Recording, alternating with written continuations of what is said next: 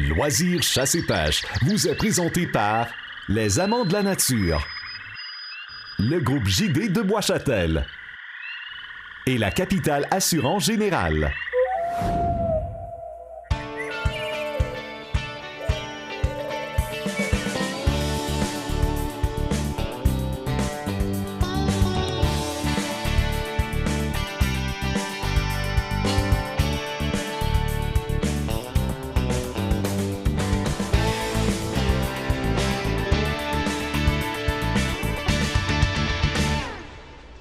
Bonsoir et bienvenue à Loisirs chasse et pêche. Aujourd'hui, on parle de nourrissage du cerf de Virginie, le choix d'un bon côte à côte. Il y a Suzanne qui nous a fait un peu de popote, bien hâte de goûter à tout ça. Éric Bory qui est en studio, question de nous apprendre comment préparer nos oiseaux en vue de leur naturalisation. On parle également de relève et on va aussi, dans le nourrissage du cerf de Virginie, parler des fameux distributeurs de nourriture. Donc, c'est à voir pendant l'émission. Au niveau des concours, vous avez été nombreux à répondre pour le concours, entre autres au niveau des leurres de éthique. Eh bien, le tirage a été fait et c'est Danny Sauvé qui va se mériter l'ensemble de 3 marcheurs de fond et de 12 harnais adorés. Danny, c'est les gens de chez Éthique qui vont te contacter. Parce que si tu te souviens bien, dans le concours, il y avait l'option de choisir les couleurs qu'auront tes harnais et tes marcheurs de fond. Alors, c'est comme ça que ça va se passer de ce côté-là. Des concours qui sont toujours en branle, évidemment, les billets pour la soirée, concours de panache. Alors, on va mettre un post sur Facebook à ce niveau-là pour vous aider à pouvoir y participer. Il en reste quelques-uns.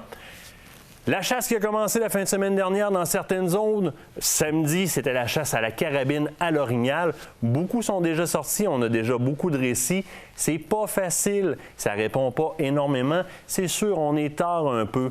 Persistez. Changez tout simplement vos calls. Donc, utilisez plusieurs appels différents.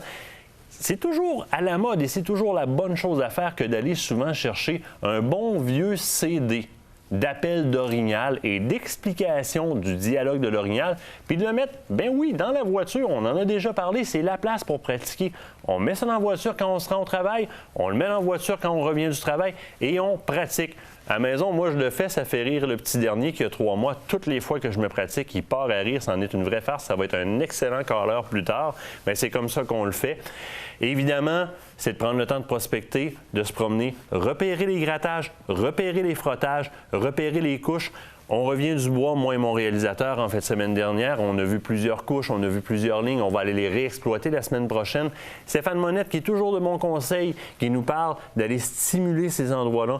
Prenez la peine de vous arrêter et de faire signe qu'il y a un nouveau mâle qui est sur le territoire, un plus petit mâle facile à challenger. Question que vous ayez la réponse que ce gros mâle-là vient de revendiquer son territoire et que vous ayez une belle option de tir. Heureusement, les grandes chaleurs sont passées. Donc, au niveau de la protection de la viande, on va être très bien. Et ce sont de plus gros animaux. Toujours à prévoir d'avoir la place, d'être capable d'avoir de l'aide pour les sortir de là, bien évidemment. Mais on vous souhaite bonne chance de ce côté-là. Nous, on se quitte le temps d'une pause. Au retour de la pause, on est avec Éric Bory qui nous explique comment bien conserver nos oiseaux dans le but de leur naturalisation.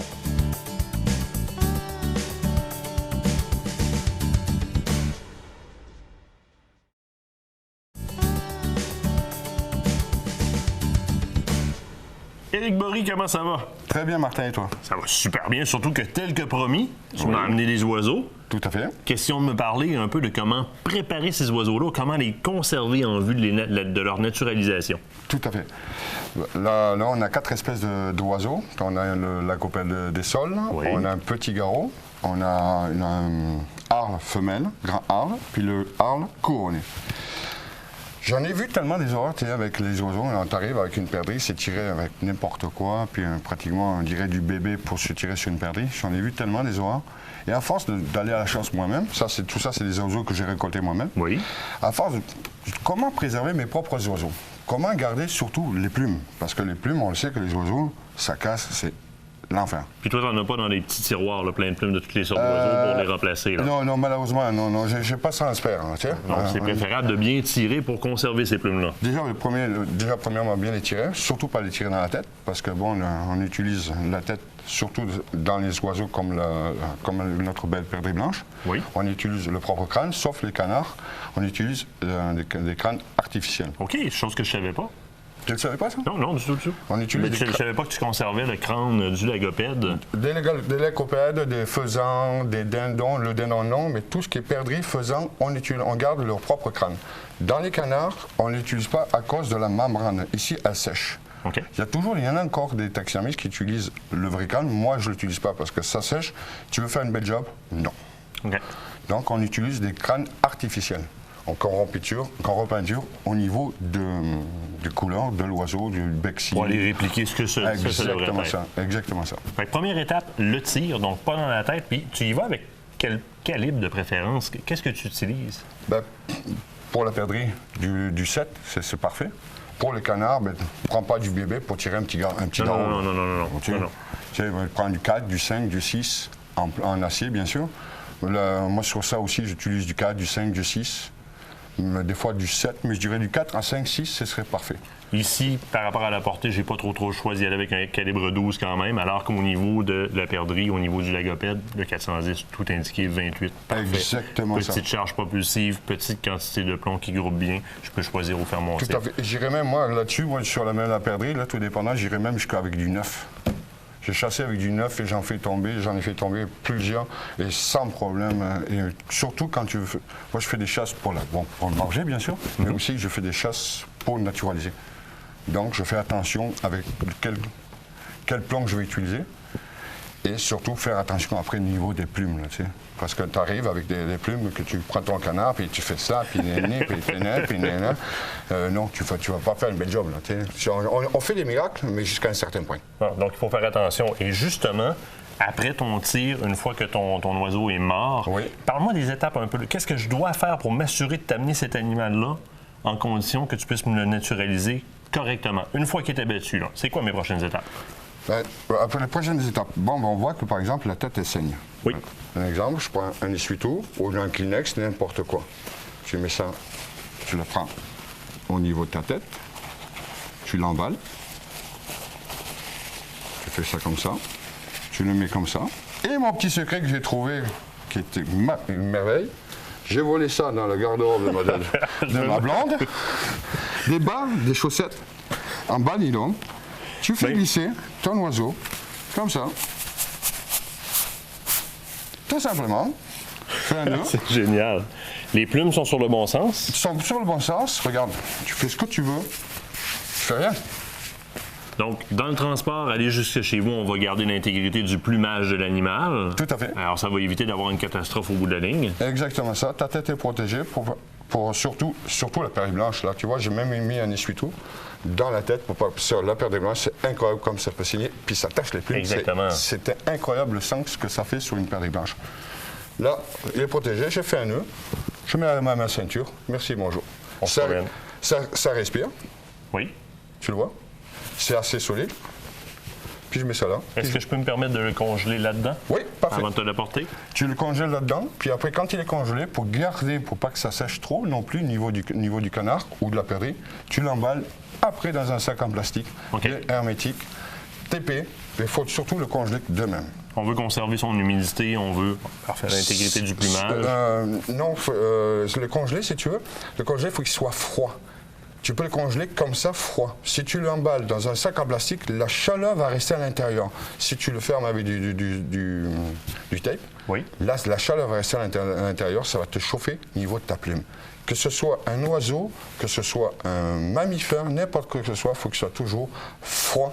Et là, tu le mets dans ton congélateur. Donc, on prend le temps de le laisser refroidir. Exactement ça. Surtout bien refroidir. Parce que sinon, oublie ça, c'est le musée des horreurs. Hein. Puis ça pue, je peux te le dire. Mais déjà, je dois dire qu'ils n'ont pas très bonne haleine. Là. Non, c'est normal. Pas tout, hein? Évidemment, pas besoin de dire que je dois en aucun temps essayer de retirer ma viande de mon oiseau, donc mes poitrines de mon oiseau avant de te l'amener. Parce que de toute façon, si j'ai tiré un animal pour la naturalisation, c'est pas mon but premier d'aller récupérer la viande. Mais même en le faisant de manière très habile, c'est sûr qu'il va y avoir du raccommodage à faire là-dessus, donc c'est pas une bonne idée. Non, c'est vaut mieux pas, parce que tu sais, les gens, quand ils veulent récupérer leur poitrine, ils coupent ça avec un coup de couteau. Ils te coupent, je sais pas combien de dizaines, vraiment des dizaines de plumes. Parce que dans un canard, il y a plus de 10 000 plumes. OK? Alors, avec un coup de couteau, tu coupes ça, Je ne remplacerai pas les plumes une par une. Hein. Non. Je te connais comme étant patient, mais il y a toujours des limites. Il y a possibilité de faire l'oiseau de par lui-même sur un socle. Il y a possibilité aussi de refaire des reconstitutions de scènes en naturalisation. Tu le fais, tu l'offres, ce service-là. Tout à fait. Écoute, il faut que tu viennes plus souvent encore à l'émission avec des animaux comme ça pour prendre la peine de nous expliquer comment bien les préserver. Je veux aussi, dans les prochaines émissions, tu viens de me parler un petit peu de taxidermie urbaine parce que tu le fais. J'aimerais ça te garder plus longtemps. Mais là, la chronique pour aujourd'hui, c'est tout le temps qu'on a. Je te remercie d'avoir venu me présenter ça. On t'appelle de toute façon si on a besoin de plus de renseignements. Tout à fait, si pas de on problème. a un doute, on Je suis t'appelle. disponible à tout temps. Écoute, je te garde avec moi de toute façon parce qu'on va continuer à en jaser. Nous, on s'en va à la pause. Après la pause, on regarde de quelle façon bien choisir un véhicule côte à côte.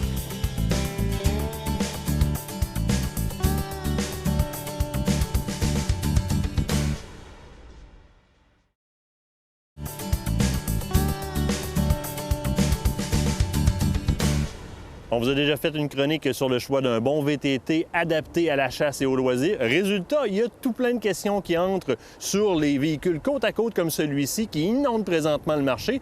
Bien, on est allé en chercher un, puis on va faire le tour des principaux paramètres que vous aurez à choisir lorsque vous en ferez l'acquisition.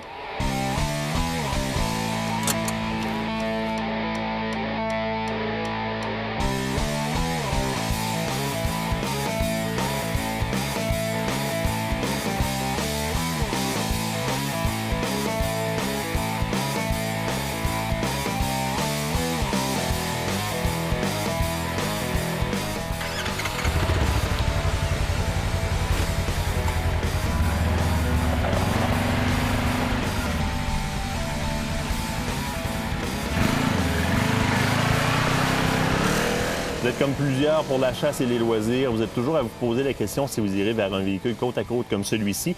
Ils inondent le marché, ils ont l'air très attrayants et avec raison, ça l'est. Quelques petits points à vérifier dans la différence entre ça et un VTT. Première des choses, vous avez vu la grosseur de l'engin. Il va falloir l'entreposer. Il va falloir aussi le déplacer si ce n'est pas tout le temps sur vos terres que vous allez vous véhiculer avec. Donc, ça nécessite souvent une remorque de beaucoup plus grand format. Ce ne sont pas tous les sentiers de VTT régis par les clubs quad qui acceptent ce type de véhicule-là. Donc, c'est toutes des questions qu'on doit se poser avant d'en faire l'acquisition. Si votre choix est fait, bien, je vous félicite. Vous allez avoir énormément de plaisir. Maintenant, quelques petites règles de base lorsqu'on choisit un véhicule comme celui-ci. On en fait le tour.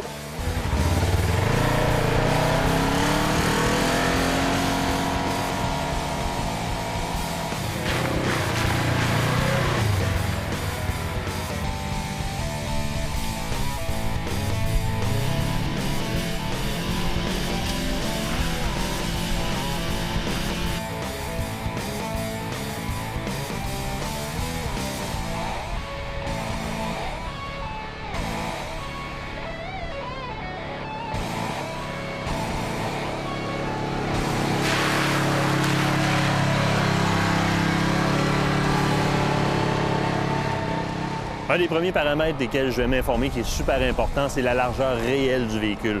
Parce que, vous vous souvenez, j'ai parlé des clubs quad dans les sentiers, même si ceux-ci autorisent la circulation des véhicules côte à côte comme celui-ci, ils ont souvent des largeurs maximum. Faites-vous pas prendre aussi sur la largeur de votre remorque. Donc, la largeur, ils sont très différents d'un à l'autre. Vous l'aurez remarqué, dans ce cas-ci, j'ai opté pour un véhicule 2 places. Il y a aussi des véhicules 4 places qui commencent à entrer dans le marché. Ça fait 2 ou 3 ans qu'on les voit. Alors, il y a un choix à faire à ce niveau-là aussi, à savoir aussi que ce sont des véhicules qui sont beaucoup plus gros.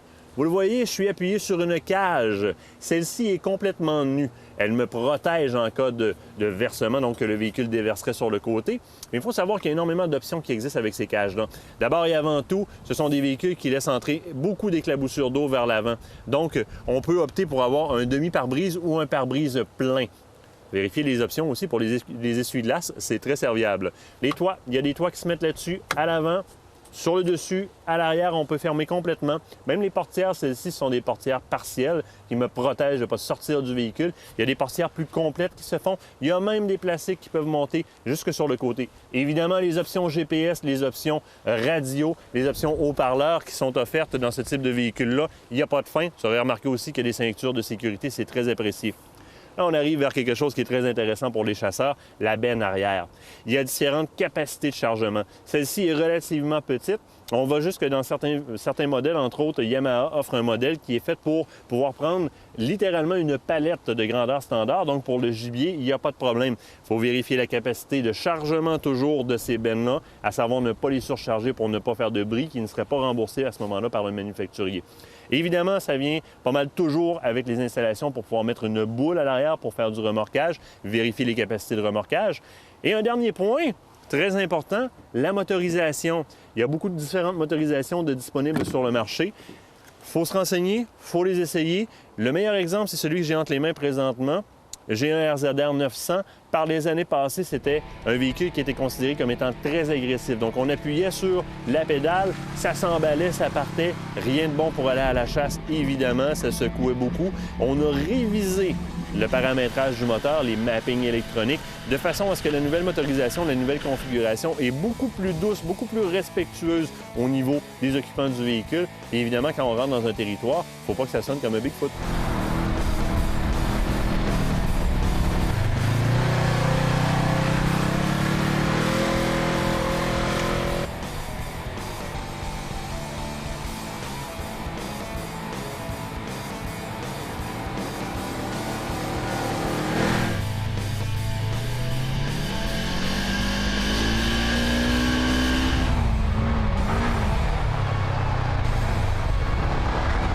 Suspension, direction et pneumatique.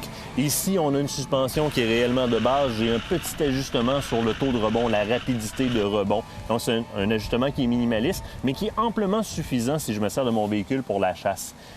Directement chez le concessionnaire, dans le cas par exemple des RZR, ça se fait dans beaucoup d'autres modèles aussi, je vous l'assure, on peut avoir d'autres choix de suspension. Fox, par exemple, fabrique des suspensions pour ce type de véhicule-là, qui vont vous permettre d'avoir quelque chose de beaucoup plus performant et de beaucoup plus ajustable. Est-ce que vous en avez besoin? Bien, ça dépend de ce que vous allez faire d'autre avec. Moi, je vous parle pour la chasse, ça c'est amplement suffisant et pour la majorité des loisirs aussi.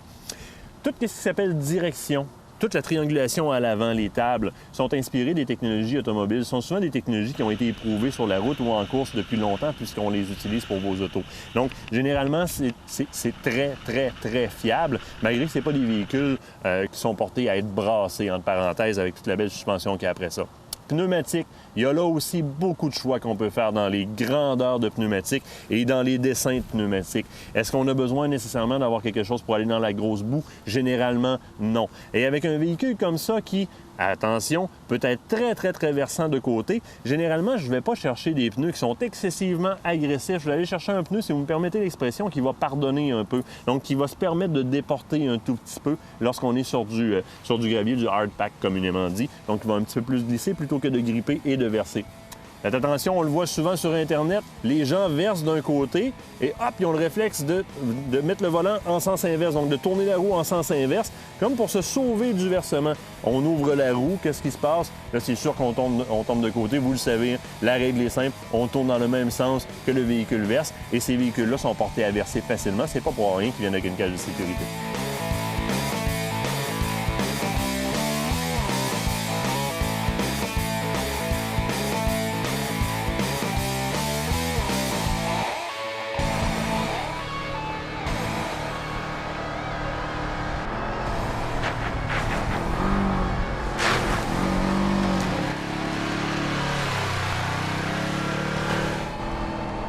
Le choix d'un véhicule côte à côte est un choix songé pour les activités de chasse, de pêche et de plein air, puisqu'il vous offre une grande versatilité, en plus de vous faciliter la tâche pour le matériel que vous avez à traîner. Encore ici, les grandes marques qui sont reconnues dans l'industrie et qui ont la cote, Polaris, Yamaha, Arctic Cat et John Deere. J'y vais de deux derniers petits conseils. L'installation d'un treuil avec un renvoi à l'arrière est plus que nécessaire pour ces activités-là sur un véhicule comme celui-ci. Et en dernier, si votre véhicule est en entraînement par courroie, assurez-vous d'en avoir une de rechange ainsi que les outils pour en faire le changement parce qu'un coup mal pris dans une trail, vous ne l'aimerez pas votre courroie.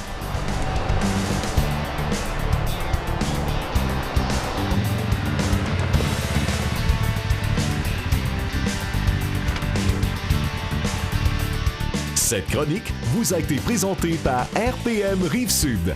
Ça fait 10 ans qu'on roule ensemble.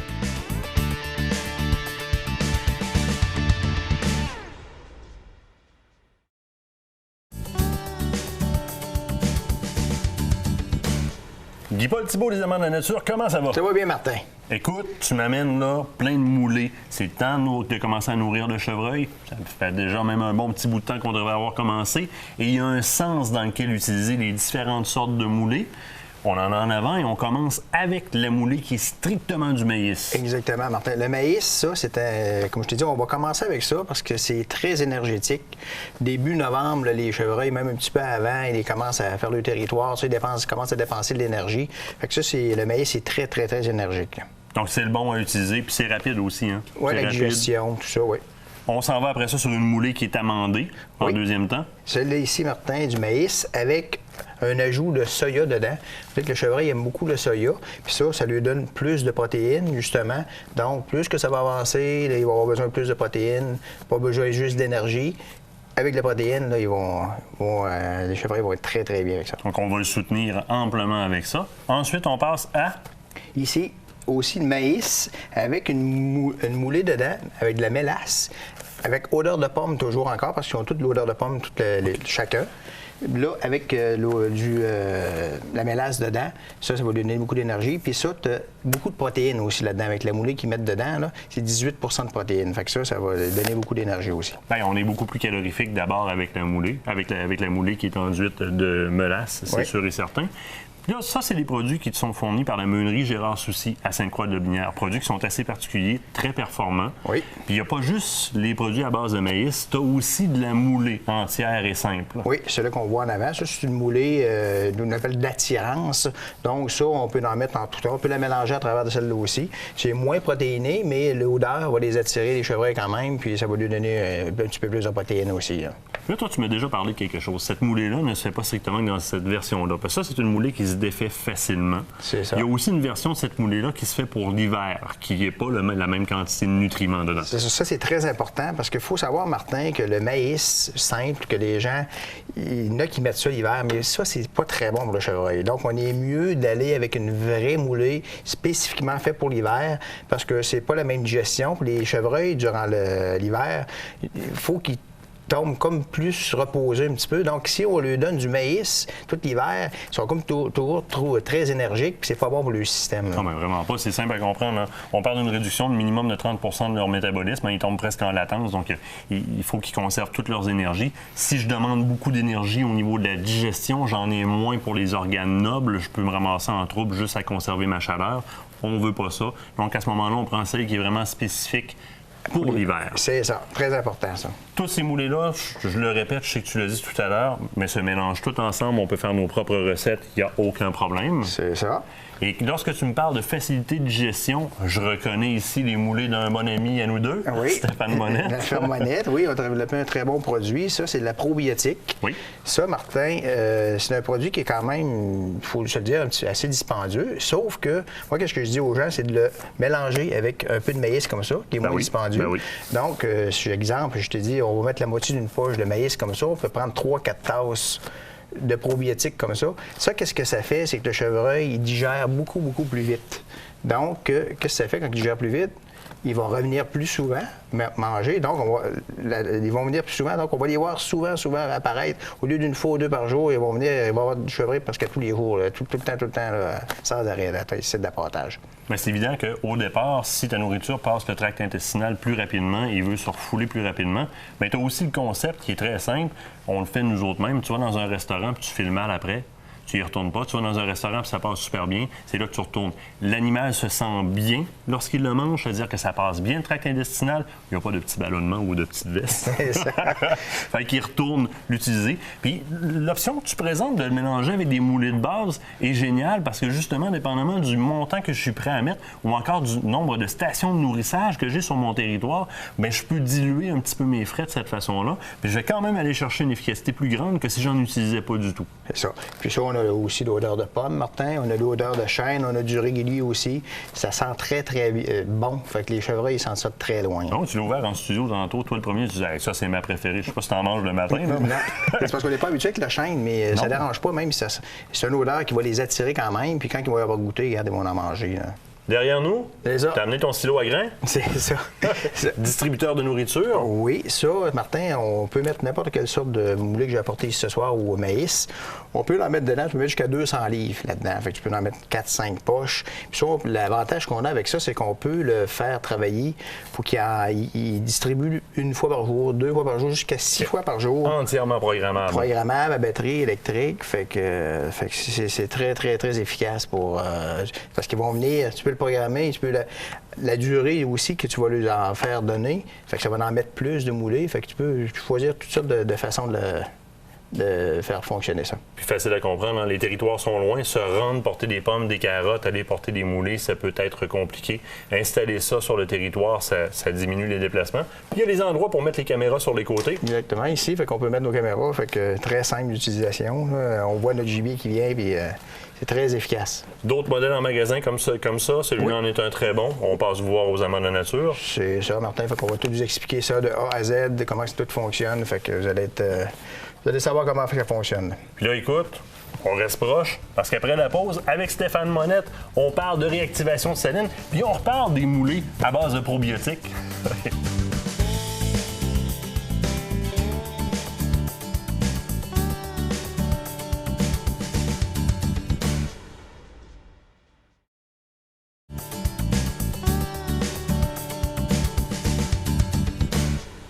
Hey Stéphane, t'as l'air d'un gars heureux dans le bois. Ben, je suis dans mon bureau, Martin, fait que ça peut pas aller mieux que ça. Là, présentement, on est entre 2 saisons. Oui. OK? Je vais arriver dans ma chasse à l'orignal à carabine. Puis normalement, ce que je fais, c'est qu'une semaine ou 2 avant, je vais aller réactiver mes salines. C'est ça qu'on est là. Ouais, c'est sur une de mes places. On est dedans, là. Exactement. Fait que là, ben, je vais préparer ma chasse à carabine. Je vais m'organiser pour laisser des odeurs.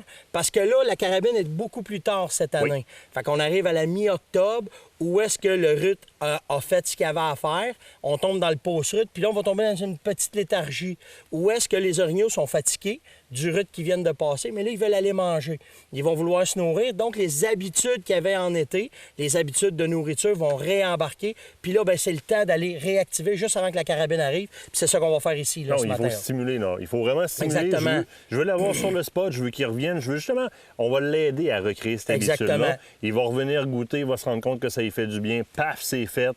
La routine est réembarquée. Il te reste ta job à toi à faire comme chasseur. Absolument, puis la job va être faite. Fait que là, ce qui est important, c'est que ce que je voulais montrer, c'est qu'on a commencé à se faire des salines un petit peu plus managées, si tu veux. Oui. On met un petit peu plus de nanane aux orignaux de la façon qu'on le fait. Fait que ici, ben, tu vois que mes souches, on fait des entailles dedans. On a encore des produits du printemps puis de l'été. On voit qu'il en reste dedans encore, donc on a une activité qui est venue. On a aussi ce qu'on parle souvent aux gars. Quand on avait fait cette saline-là, on était loin. On n'avait pas amené une drill pour pouvoir faire des trous. Mais on a aussi les fameuses souches qu'on parle, que tu peux prendre une perceuse avec une mèche d'à peu près 1 pouce, où est-ce que tu vas faire des trous dans ta souche. Puis quand tu vas ajouter tes produits, ça va faire comme un suçon. Tu veux créer de la rétention. Exactement. Ça, fait que tu veux que ton produit dure plus longtemps, c'est de cette façon-là. Fait que ce soit en faisant des coups avec une scie mécanique ou bien qu'on va faire des trous avec une perceuse, on va avoir l'efficacité de garder les produits plus longtemps. Regarde, on le voit, tu sais, regarde, comme je te dis, là, je suis pas venu, on a fait ça cet été. Là. Fait que là, on est prêt à le faire. Fait que ce que je fais, quand je réactive, c'est simple. C'est que souvent, je vais prendre juste la coca. Oui. Parce qu'à l'intérieur de la coca, ils ont ce qu'ils ont besoin pour l'automne. On va aller chercher des minéraux, on va aller chercher des probiotiques, on va aller chercher une odeur qui est très, très, très olfactive pour eux autres. Puis là, ben, je vais les appliquer. Puis garde, ça prend pas un cours universitaire, là. On rouvre nos sacs, OK? Puis on fait ça simple. Sauf que, garde, toi, tu vas la verser dessus. Vas-y, verse-la, puis mets-en. C'est ça. Fait que ça, ce que ça fait à ce temps-ci, c'est vu que la coca, elle est plus fine en grains de minéraux, elle va rentrer plus vite et elle va sentir beaucoup. Il y a un bon pôle d'odeur. Il y a voilà, un très bon pôle d'odeur. C'est ça. Je vais être attiré à venir. Ben, pas moi. Regarde, on le voit avec le vent. Excuse-moi. Hein, non, ça fait partie de la game, ça. Puis, comme je te dis, on a la souche, mais à cette heure, avec les restants d'arbres, on a une auge qu'on se fait. On va se prendre 3 bio. Avec celui du centre, on va faire un trou avec la scie mécanique. Là, regarde, il n'y a plus beaucoup au début de l'automne, il y a de l'eau dedans. Je me casserai pas la tête. Je fais juste mettre ma coca dedans, puis je vais en mettre partout. Fait que ce que ça va faire, c'est quand mes cervidés vont venir, Ce jus-là, ils vont le boire, ça, c'est sûr et certain. La job va être faite. Ensuite, bien, ça, c'est fait. Si tu vois, juste à côté, j'ai mon bloc qui était là depuis... Ben, c'est ça, j'allais te demander ça, là, c'est ta structure de saline principale. Exactement. Celle que je vais emmener. Toi, tu y vas avec des je vais blocs mettre secondaires. Un bloc secondaire, je vais le mettre à côté, c'est pas plus compliqué que ça. Mes caméras de surveillance sont installées, mais là, ce que je fais, c'est le temps de prendre la poudre d'automne. Parce que c'est à ce temps ici qu'elle va être la plus efficace, que là, on va aller chercher le maximum d'odeur à longue distance. Puis, tout le temps la même recette bien simple, je vais la prendre. Là, je veux pas essayer, je veux pas trop de poivrer, mais j'en prends dans mes mains pour commencer, je vais la lancer. Regarde, le vent a changé de bord. Ben oui, tantôt, on l'avait comme ça. Fait que ce que je vais faire, c'est que je vais juste la prendre, puis je vais la lancer dans les airs le plus possible. Puis là, ben, elle va aller se placer. Tu sais qu'il y en a qui se compliquent plus la vie que ça. Hein? C'est simple comme ça, puis c'est suffisant. C'est assez. Puis ce qui est important, c'est ici, c'est qu'elle aille se déposer juste en entour. Pour que quand les orignaux vont venir, ils vont le sentir. J'ai pas de problème à m'en mettre un peu partout sur mon stock. Puis ma saline est réactivée. Bien, tu as une progression d'odeur de l'extérieur vers l'intérieur. Parce que là, tu as un pouvoir de dispersion avec ta poudre d'automne qui est très grand. Fait que je vais carrément grader mon odeur. Ça sent un petit peu, il se passe de quoi par là. C'est ça. J'arrive dans la concentration, un bon petit coup de langue là-dessus, c'est fait. Puis ce qu'il y a de bon, c'est qu'une fois que ça a été fait la semaine avant ou 2 semaines avant, quand on va revenir à la chasse, bien, les journées où est-ce qu'on aura une bonne portée de vent, juste prendre un autre sac de poudre d'automne, de le lancer, de le laisser encore là. On va réactiver cette odeur-là encore plus forte. Puis là, on va avoir une chance de faire entrer nos orignaux qui vont vouloir venir manger. Là, on appelle ça répandre la bonne nouvelle. Oui, c'est en plein ça. Ça leur donne l'activité. Puis là, on gagne qu'est-ce qu'on veut aller gagner avec ça. Parce que souvent, on se fait demander, les chasseurs nous disent, Stéphane, comment ça se fait que à ce temps-là, on n'a plus rien là, au mois d'octobre, le rut est fini. Pas parce que le rut est fini qu'il n'y a pas moyen d'aller chercher l'attention des gibiers en réactivant comme ça. Le call peut être quand même excellent. Moi, ce que je dirais, si vous voulez, en milieu de saison, essayer d'intéresser un orignal, là, si vous faites un call, c'est le call de femelle plaintif. Puis si vous êtes capable de le faire 5 heures en ligne, lâchez pas. Parce que là, tu vas attirer l'attention, tu vas attirer la curiosité, puis là, il va venir. Si en plus, ça sent bon, qu'ils l'ont senti pendant quelques jours avant, bien là, avec ce call-là, avec l'aménagement que vous allez avoir fait sur votre saline, bien là, tu as des bonnes chances que tu ailles un boc. Puis là, attendez-vous pas qu'il va répondre, il répondra pas. Il va rentrer tranquillement par curiosité, puis là, on va avoir un succès. Curiosité, on l'a pour la bedaine, on le garde pour nous autres, parce que c'est par la bedaine qu'on l'a à ce moment-là. Exactement. Puis le son, après ça, on va les amener. Steph, excellent, ça résume super bien. Nous autres, on se revoit bientôt. On reste dans le bois, nous autres. On est bon, on va aller montrer d'autres choses. C'est ça, c'est bon. Merci, Martin.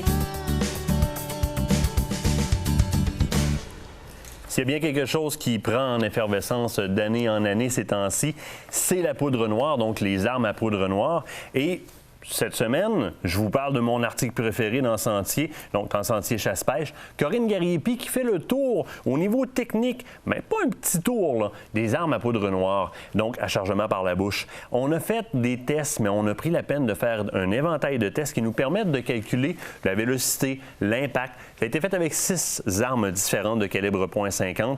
Si je ne me trompe pas, on parle de 4 tireurs. Donc quand même, plusieurs personnes qui passent sur les mêmes armes avec différents dispositifs, calculant la vitesse à la sortie de la bouche, calculant le point d'impact, calculant l'impact en termes de poids que ces armes-là ont donné, une par rapport à l'autre. Et on nous dresse un tableau quand même très complet. Hein? Pour chaque arme, on parle des versions disponibles de cette arme-là. On parle du poids de l'arme, ce qui est très important quand on a des bonnes distances à faire. Je veux savoir ça, la longueur totale de l'arme. Évidemment, on parle du canon dans la révision de tout ça. La crosse, le mécanisme, la visée. On est passé au travers au complet même de la garantie et du prix. Évidemment, on tire des conclusions sur les armes qu'on a préférées et de quelle façon on a conduit ces tests-là. Ça constitue un très bon outil pour vous qui peut-être êtes à votre premier achat de fusil à poudre noire. Je vous le conseille. Moi, je continue à lire.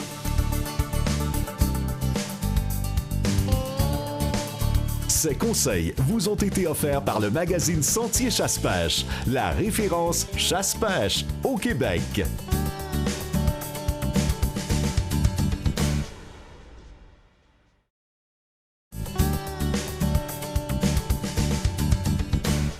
Ma belle Suzanne, comment te portes-tu? Je vais bien, aussi bien que la saison. Là, je vais te demander quelque chose. On retourne au camp de chasse en fin de semaine. Oui. Y a-tu moyen de te kidnapper quelque chose? Quand je te vois arriver avec toujours des petites attentions particulières, bien arrangées. Hein? Les champignons, l'autre fois, là, tu m'arrives avec une petite gelée d'un fruit que je ne connais pas, mais qui a de l'air super appétissant. d'un beau rouge vif. Écoute, c'est vraiment éclatant comme fruit, là. Regarde-moi ça. Et en plus, ce qui est intéressant, c'est qu'il y en a plein partout. J'en ai vu partout, mais je ne le connais pas. Donc, ne le connaissant pas, j'attends souvent de te voir. Question de ne pas me ramasser avec une obstruction respiratoire ou quelque chose comme en mangeant, quelque chose qu'il ne fallait pas manger. Le pimbina, c'est ça que tu tiens entre les mains. C'est dérivé du nom algonquin et qui veut dire fruit amer. Donc, on peut porter à confusion, dire, on ne peut pas manger ça, c'est bien trop amer. Mais non, effectivement, ce fruit-là est délicieux, très acidulé. Puis, je vais te faire une petite expérience pour que tu puisses voir qu'à l'intérieur, il y a quand même un noyau assez ferme qui est là. Et la chair est vraiment très, très spéciale, d'un beau rouge vif. Je suis en train de recevoir des gouttes. Et sans moi, cette odeur... J'ai dit aussi que je n'étais pas super habile. Sans l'odeur, puis dis-moi à quoi ça te fait penser. Mon fils, quand il enlève ses souliers.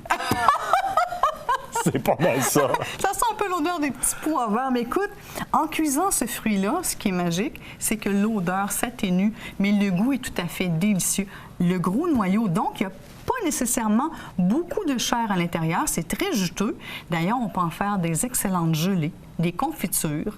On peut en faire des vinaigres, des vins et aussi quelque chose de vraiment spécial pour renouer avec la tradition. Nous, on est habitué de mettre la tire d'érable sur la neige, mais on peut faire la même chose avec le pimbina. Ça se fait? Oui, c'est vraiment extraordinaire tout ce qu'on peut faire avec ce fruit-là.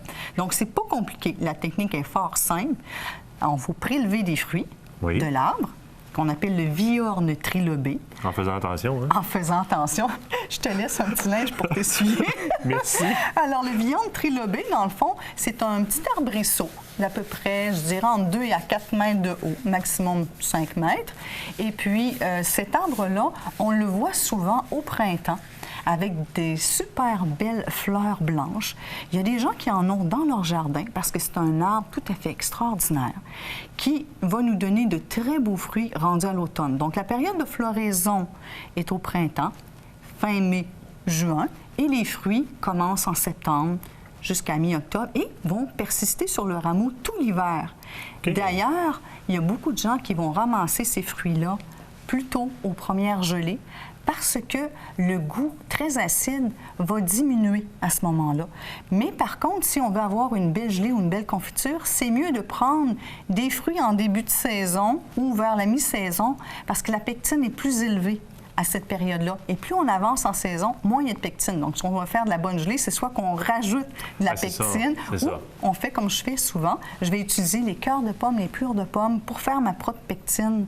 Donc, c'est vraiment merveilleux. Ça nous fait des belles gelées. D'ailleurs, je t'ai préparé ce qu'on appelle la confiture de pimbina chai. Chai? Oui. Là, tu me parles. Toi, t'aimes ça, les choses chai qui sont relevées, qui ont du goût? Oui. Et c'est le meilleur fruit sauvage pour apprêter avec les canards, l'oie, les outardes, le gibier. C'est vraiment merveilleux tout ce qu'on peut faire avec ça dans la cuisine québécoise, mais en utilisant un produit qui est indigène, qui vient d'ici, puis qu'on retrouve dans les forêts, là. Alors, c'est un arbre qui pousse dans les endroits où c'est assez humide, mais bien drainé. Puis ça aime beaucoup le soleil aussi. Donc, on en retrouve sur le bord des rives, sur le bord des forêts. Donc, c'est vraiment une plante qu'on va sûrement reconnaître là, lors de notre balade automnale. Bien, déjà au printemps, si j'apprends à reconnaître la fleur, je peux au moins faire un premier repérage à savoir où est-ce qu'ils vont être. Et à ce moment-là, choisir mon temps de l'année où est-ce que je vais récolter. Si je repense ce que tu dis, plutôt en saison, si je veux avoir l'avantage des pectines. Alors que si je m'en vais vers une fermentation pour en faire un alcool ou quelque chose comme ça, je vais souvent vouloir que ça gèle un peu, question que les sucres complexes se concentrent dedans pour avoir un alcool qui va être plus un alcool de dessert qui peut être intéressant. Mais là, j'ai hâte d'y goûter parce qu'à l'odeur, ça me dit rien. C'est pas évident après fruit ma directement. Mais je te dirais qu'au goût, je te laisse goûter, Martin. Oui. Voilà, goûteur.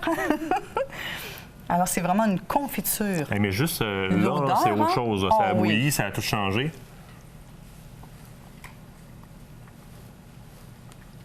Ça a beaucoup de saveur, bon. Ça a vraiment beaucoup de saveur. Donc, la technique est simple.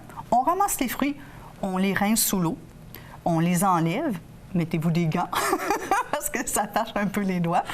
Et ce qu'on fait, c'est qu'on met à peu près la même quantité d'eau, on recouvre les fruits, on les fait bouillir pour essayer de récolter le jus. C'est avec le jus qu'on va faire la gelée. Mais si on veut une belle confiture avec la pulpe, on va passer, une fois que ça va avoir bouilli pendant un certain temps, peut-être au moins une bonne heure, certain, on va utiliser le tamis chinois pour aller récolter la pulpe. OK, oui. Donc, la consistance va être plus de type confiture.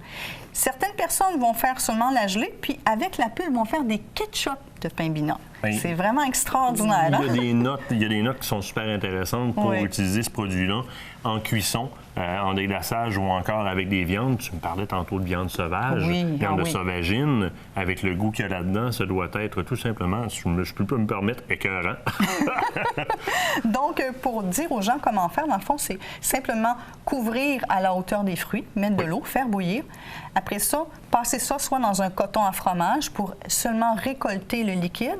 On mesure, par exemple, 2 tasses du liquide, puis on peut mettre aussi 2 tasses de sucre ou en mettre un peu moins, selon les gens. Puis si vous voyez que c'est pas assez pris, vous rajoutez un peu de pectine ou encore vous faites bouillir en même temps les cœurs de pommes, les plures de pommes pendant que vous préparez votre première base là, pour aller recueillir on fait bouillir séparé ou on fait bouillir ensemble. Avec pour récupérer la pectine, pour que ça gèle après ça. Exactement. Gelé comme et pour donner la note chai, on va rajouter, dans la deuxième phase dans laquelle on va rajouter le sucre, une fois qu'on aura obtenu notre bouillon, des bâtons de cannelle. On va mettre de l'anis en étoile, des morceaux de gingembre. On peut mettre du massis ou de la noix de muscade, du piment de la Jamaïque, de la cardamome, en fait, toutes des épices qui relèvent le goût. Et pour éviter que ça soit trop acidulé, on met quand même des tranches soit d'orange dedans ou de citron. Donc, ça va vraiment donner un très bon goût, puis ça va perdre un petit peu à la fois l'odeur et le goût trop acidulé du fruit. Là, c'est-tu ce que tu vas faire?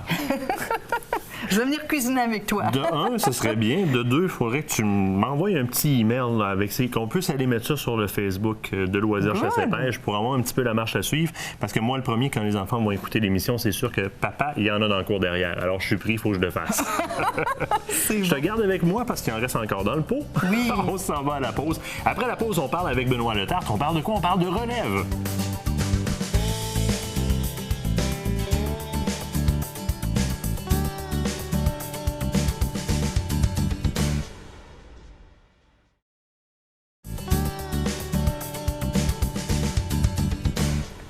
Hey Benoît Letarte, ça me fait plaisir de t'accueillir en studio. Comment ça va? Merci beaucoup, ça va très bien. Écoute, merci de l'invitation. Ben écoute, je voulais parler de relève. Puis toi, au sein de Chasse Québec, d'abord chroniqueur, conférencier, guide et souvent alentour de la relève. Je dis, je vais appeler mon ami Benoît. Je vais faire venir en studio parce qu'on parle souvent de relève, mais pas assez en profondeur, puis on ne donne pas de moyens. Puis je le sais que toi, là-dedans, tu patauges beaucoup, puis tu peux nous apporter de l'information et des outils. Oui, bien absolument. La relève, c'est pas juste d'en parler de manière en statistique. C'est vraiment d'y aller avec des outils. Souvent, les gens veulent commencer la chasse, ne savent pas par où commencer, ne connaissent pas les différents outils qui s'offrent à eux, comme le mentorat de la Fédération des chasseurs. Très bon exemple. Très bon exemple. Le permis d'initiation, un coup de téléphone, on se trouve un mentor qui est déjà chasseur. On peut se prémunir d'un droit d'1 an pour acheter n'importe quel permis de gros gibier, petit gibier, puis bénéficier de toutes les périodes de chasse au Québec là, grâce à ça. Puis ça, si je veux en profiter, je m'y prends comment? Je vais où pour ça? En fait, il faut appeler au ministère pour commencer. Et c'est la personne qui va être le mentor qui doit appeler pour inscrire le jeune ou le nouveau chasseur, parce que les nouveaux chasseurs ne sont pas nécessairement tous jeunes. Il y a certaines personnes qui sont rendues à 40 ans qui réalisent un rêve. Là-bas, ils vont vous enregistrer et ils vont vous donner un numéro, qui est un numéro qui ressemble au numéro qu'on a sur notre carte de chasseur une fois qu'on a passé les cours. Ensuite, vous vous présentez dans n'importe quel détaillant de chasse, de matériel de chasse et pêche. Eux vont pouvoir entrer ça dans la même machine qu'on utilise pour faire les permis. Et ils vont émettre des permis, soit d'orignal, de chevreuil, de petits gibiers. Et ça, c'est pour une période d'1 an. Donc, vous pouvez le demander au printemps pour vraiment bénéficier là, de l'ours, de l'oie printanière, jusqu'à la fin de la saison, là, chevreuil tardif. Là. Ça, c'est le programme de mentorat qui a été mis de l'avant par la Fédération québécoise des chasseurs-pêcheurs. C'est ça, oui, absolument. Donc, on peut se prémunir. Ça, c'est un premier moyen. J'aime bien ce que tu dis quand tu me dis un chasseur de 40 ans, par exemple. Souvent, quand on parle de relève, on pense souvent trop aux jeunes. Ça a 16 ans, c'est la relève, on les amène dans le bois. Non, il y a aussi monsieur, madame qui finalement a le temps de la chasse parce que la petite famille est complétée, mais qui n'a jamais été. C'est aussi de la relève, puis il faut aussi donner accès à ces personnes-là. Ah oui, absolument. Bien, pour vous donner une idée, vous êtes chasseur. Le beau-frère qui est dans une famille qui ne chasse pas peut être de la relève, puis probablement qui va être un excellent partenaire de chasse. Eux, il faut aller les chercher. Les gens à retraite, de plus en plus, on va dans un salon de chasse et pêche, tu sais, on se croise là-bas. De plus en plus, j'ai des gens qui arrivent, viennent me serrer la main, parlent de techniques de chasse, pour finalement se rendre compte, monsieur, il vient d'arriver à la retraite, 65 ans, je commence à chasser. Ben oui, on le voit de plus en plus. Puis tu sais, tu me parles des salons, c'est un très bon endroit parce que les pourvoyeurs sont là, il y a plusieurs guides sur place, il y a des gens comme vous autres, Québec Chasse, vous avez toujours votre kiosque, donc d'arrêter voir toi et tes partenaires dans cette aventure-là, puis de poser la question de quelle façon je peux commencer, ça peut être une très bonne idée. Oui, bien absolument. Puis ça va toujours nous faire plaisir de nous rencontrer. Une autre manière, inscrivez, vous avez un jeune, il veut commencer à Noël, qui s'en vient. Abonnez-les à Sentier Chasse-Pêche. Première source d'information super intéressante. C'est ça. Puis tout l'hiver, il va recevoir des revues. Il va pouvoir prendre l'information, commencer à enrichir ses compétences de chasseur, puis après ça, les emmener sur le terrain. Les gens qu'on initie, c'est des emmener sur le terrain aussi, pas juste pour l'abattage, préparation de la chasse, puis même après, impliquer autant les gens plus âgés que les jeunes dans la préparation du gibier. Un bon repas, il n'y a rien de plus concret sur la table pour un nouveau chasseur. Ben oui, puis la réussite, tu sais, les faire participer à une réussite de tout ce qui entoure la collecte du gibier, le tir, le kill shot, entre parenthèses, les faire participer à tout ça, puis c'est en même temps les reconnecter un peu avec ce qui se passe dans le bois, leur donner goût parce qu'ils ont participé au protocole de A à Z, aller jusqu'à la fameuse assiette dont tu parles. Puis ça amène à un autre point. Tu sais, bon, on parle du mentorat, on parle des forums souvent où est-ce qu'on peut aller chercher de l'aide, de passer vous voir, mais c'est aussi un peu la responsabilité des chasseurs actuels et actifs de s'afficher puis de dire à leur entourage, si jamais tu veux commencer la chasse, là, parle-moi-en. Tu veux vivre une première expérience sans nécessairement chasser, bien, accompagne-moi. Hein? Ça, c'est une première des choses. Puis il ne faut pas non plus se gêner lorsqu'on est en processus de débuter la chasse, on voudrait commencer la chasse, d'aller vers ces gens-là puis de poser la question. Tu ne refuseras pas un de tes amis de l'initier. Surtout pas toi, là. Jamais, jamais. Surtout pas toi. Et écoute, une autre façon de le faire, une autre façon de voir un petit peu comment ça se passe, la chasse, je pense que tu as amené quelque chose qui est un outil qui est très, très bon, le DVD dont tu me parlais. Oui, absolument. Ben, en fait, ça me fait plaisir de te remettre ça à soir, Martin, pour faire un concours avec ça. C'est le DVD Chasse Québec. En fait, on a travaillé 3 ans de temps dans le bois. Pour vraiment arriver à pondre ça. C'est 1h44 de contenu, 14 prélèvements, et les 35 premières minutes sont vraiment du côté technique. On parle beaucoup du call de l'orignal, mais on ne parle pas du call de l'orignal avec Benoît Letarte qui call ou un autre membre de l'équipe qui call. C'est Michel Terrien qui est un guide chroniqueur très reconnu au Québec qui nous explique les différents calls, mais ce que vous entendez, c'est des vrais orignaux. OK. C'est vraiment... les 35 premières minutes, c'est des scènes où il n'y a pas de prélèvement. Donc, ça va être un outil vraiment précieux pour les nouveaux chasseurs de gros gibier. À travers ça, on fait de l'ours, on fait du caribou, on fait du chevreuil, en fait, tous les grands gibiers. Et on chasse l'orignal. Ça, c'est quand même assez spécial. Ça s'est jamais vu. Sur le DVD, il y a des prélèvements du Nouveau-Brunswick jusqu'au territoire du Nord-Ouest. Fait qu'on fait vraiment, là, on couvre toutes les zones là, du Canada. Là. Quand tu parles d'une belle petite encyclopédie pour voir un peu tout ce qui se passe dans le domaine de la chasse, ça peut être un très bon départ avec, par exemple, Sentier, passez vous voir. Écoute, on va le faire tirer, on va le placer sur le site, donc le Facebook de Loisirs Chasse et Pêche. On va mettre une publication. Et idéalement, ce qui serait plaisant, ce serait que ce soit les gens de la relève qui nous répondent à ce moment-là, parce qu'on cible vraiment aujourd'hui les gens de la relève. Passez voir les gens de Chasse Québec après ça en salon sur le site. Le DVD est à vendre de toute façon sur le site web de Chasse Québec. Hein. Sur Google, vous allez le trouver très, très, très facilement. Benoît, je te remercie. C'est tout pour aujourd'hui. On va se quitter. Tu es bienvenu en studio quand tu le veux. De notre côté, on vous invite à être des nôtres la semaine prochaine. semaine, c'est l'Halloween, il peut se passer plein de choses.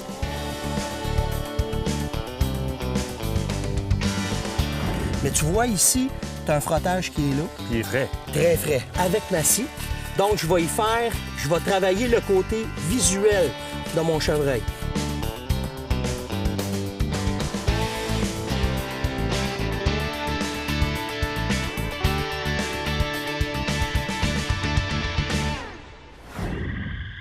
Loisirs chasse et pêche vous a été présenté par Les Amants de la Nature, le groupe JD de Bois-Châtel et la Capitale Assurance Générale.